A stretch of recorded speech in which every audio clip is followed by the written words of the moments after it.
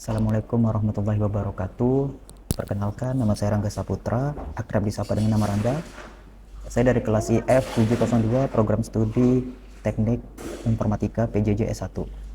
Pada kesempatan ini, saya akan memaparkan rancangan penelitian saya yang berjudul Analisis Sentimen Media Sosial menggunakan Machine Learning, Studi Perbandingan Algoritma Klasifikasi. Secara garis besar, saya akan menjelaskan latar belakang dan fenomenanya, permasalahan serta celah penelitian, tujuan, ringkasan, kajian literatur, posisi dan urgensi penelitian, hingga pendekatan metode yang saya gunakan. Saat ini, media sosial telah menjadi ruang utama masyarakat untuk menyampaikan opini. Berdasarkan laporan digital tahun 2026 dari We Are Social and Data Reportal, di Indonesia tercatat 230 juta pengguna.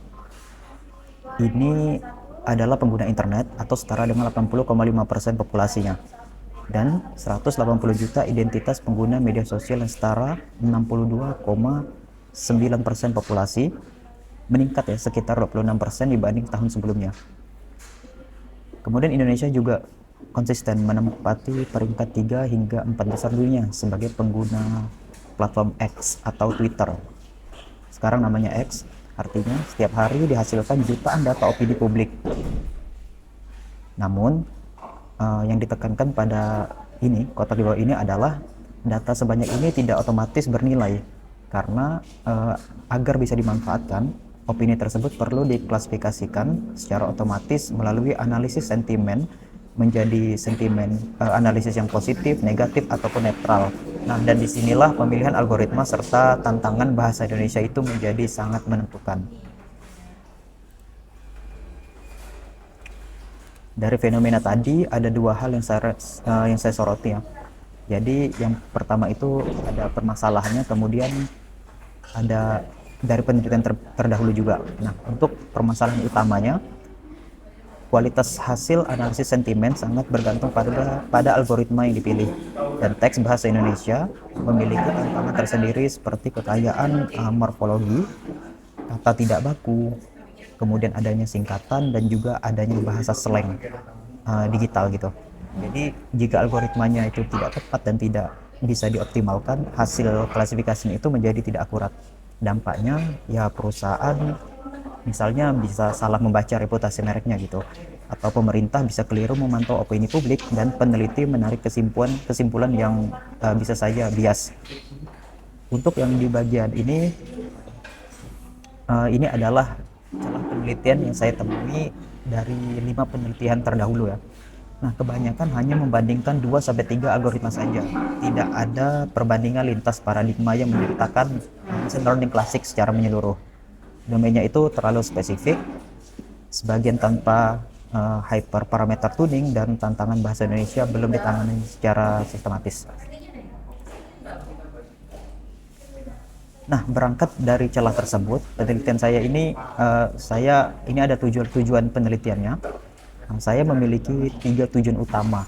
Pertama, membandingkan kinerja beberapa algoritma machine learning klasik seperti Naive Bayes, SVM, dan Random Forest pada data media sosial berbahasa Indonesia. Kedua, mengidentifikasi menentukan algoritma mana yang paling efektif berdasarkan metrik akurasi, presisi, recall, dan F1 skornya. Dan yang ketiga ini tentang merekomendasikan. Jadi ini menghasilkan rekomendasi algoritma yang dapat menjadi acuan ya untuk pengembangan sistem analisis sentimen bahasa Indonesia yang andal.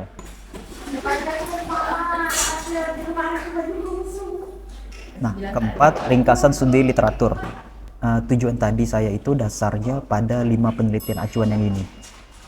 Yang pertama itu dari Cui DKK ya dan kawan-kawan tahun 2023 itu melakukan survei terhadap hampir 10.000 paper dan menemukan bahwa SVM serta Naive Bayes mendominasi sebelum tahun 2016, sebelum kemudian digeser oleh deep learning ya. Kemudian Aprinastia dan kawan-kawan pada tahun 2024 itu membandingkan NBC dan SVM. NBC itu unggul secara akurasi 71%, sekaligus menemukan bahwa teks berbahasa Inggris itu lebih mudah dianalisis daripada berbahasa Indonesia. Untuk Yulianti dan kawan-kawan tahun 2025 Dia membandingkan 3 model deep learning ya dengan BLSTM sebagai yang terbaik. Kemudian Akbar dan kawan-kawan tahun 2024 dia membandingkan 5 algoritma serta disertai tuning dan random forest menjadi yang terbaik. Terakhir Handoko dan kawan-kawan tahun 2024 dia membandingkan random forest dan KNN pada ulasan maskapai. Jadi kelima penelitian inilah yang menjadi fondasi sekaligus menunjukkan di mana posisi penelitian saya.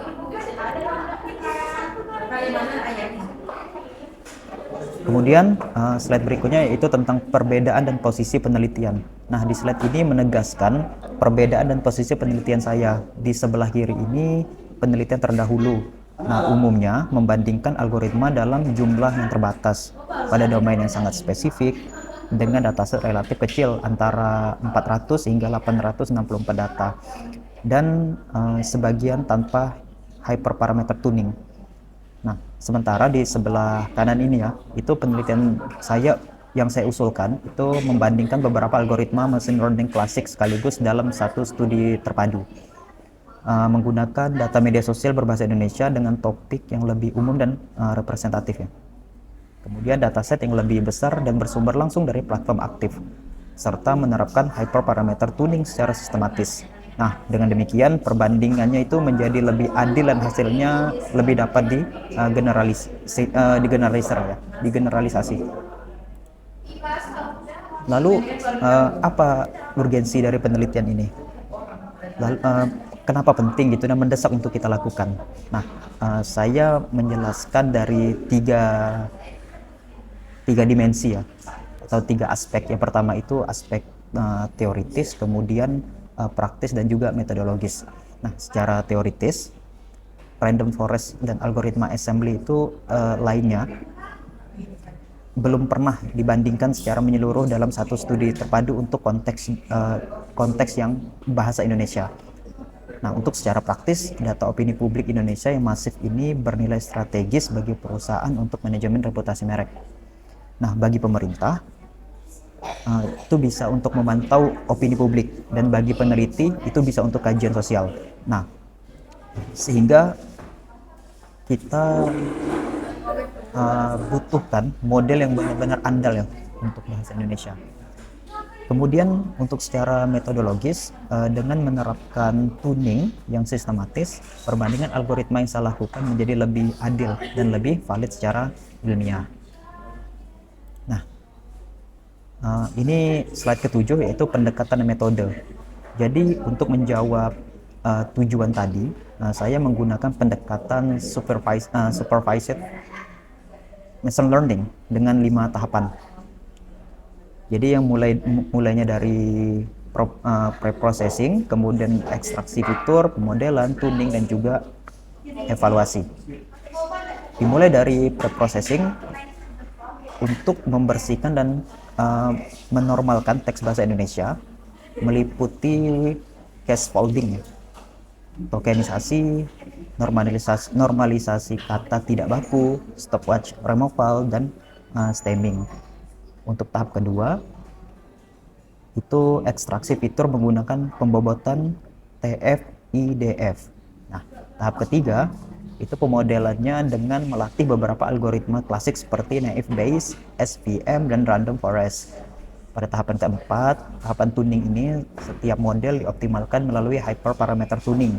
Dan yang terakhir itu performa setiap model kita lakukan evaluasi menggunakan akurasi presisi ya, recall, dan juga F1 score. Nah, alur ini saya rancang secara khusus agar mampu menangani karakteristik bahasa Indonesia dan menghasilkan perbandingan algoritma yang adil.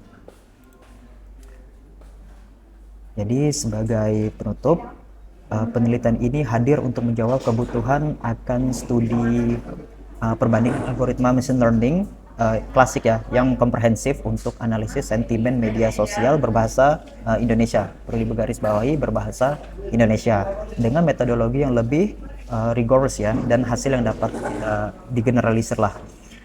Demikian presentasi dari saya. Terima kasih atas perhatiannya, dan Saya tutup. Wabillahi taufiq walhidayah. Wassalamualaikum warahmatullahi wabarakatuh.